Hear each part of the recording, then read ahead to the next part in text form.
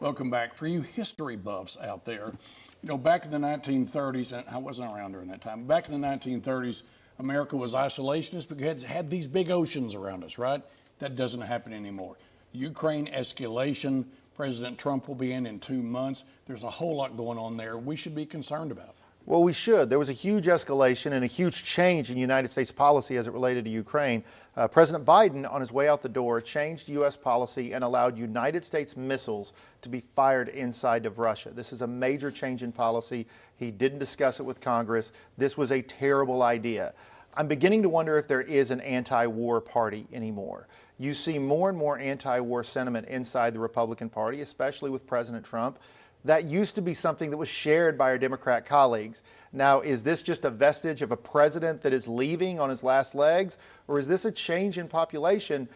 Both parties should pay attention because, frankly, the United States populace is pretty anti-war. This was a weird move and a bad one by the president. It was interesting to say the least. For those of you who haven't read William Shirer, give you an idea about what happened after World War II, which sets up the situation there right now. But you're watching this in real time, and your concerns are what? Yeah, well, look, I know I do TV commentary, so I'm not sure I'm qualified to be the Department of Defense secretary. But what I will say on Ukraine this morning is we either have allies and we defend them, or we don't. And so if we decide that having allies isn't important to us and we're not going to do any defense, then we should back away from that. And that's okay. That's a policy decision. But if we're going to outwardly say that we have allies and we're going to defend them, whether it's Israel or Ukraine, then I think we should defend them and stand by that position. This is complicated, and it gets more complicated when you change administration. That's why when you switch over power, it's such an important thing to switch it over peacefully. It used to last until March. But, all right, for people who are going, why are they talking about national stuff? We do occasionally, but here's why. Our delegation, as Alex Cameron likes to say, punches above its weight.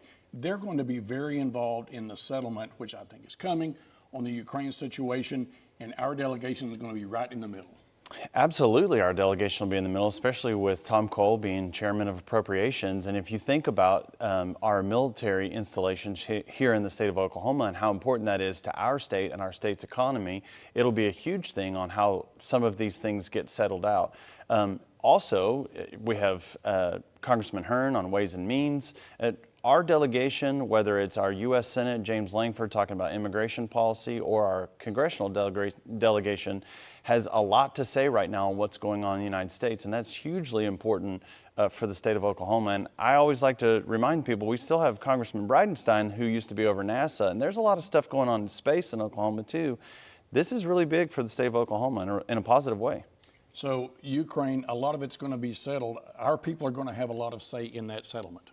Well, they are, and it's interesting. My friend and colleague brought up NASA and Congressman Bridenstine. Aerospace is one of the top industries in the state of Oklahoma.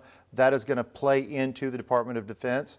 What we will see going forward in Ukraine and in the next presidential election as it relates to conflicts about the world, the next presidential transition, is a sharp change in foreign policy. President Trump has said he's going to do everything in his power to try to get us out of these wars that we seem to be in throughout the globe. We saw this great escalation that we just talked about.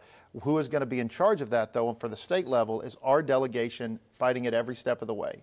So I'm really hoping we see a change with our delegation supporting President Trump, which I think we will do, getting us out of these foreign wars that are going on out and really throughout the globe. All right, let's talk about it next week. You want to do it? All right, thanks for watching Your Vote Counts. See this again at news9.com and news on6.com, and follow me at Mitchell Talks.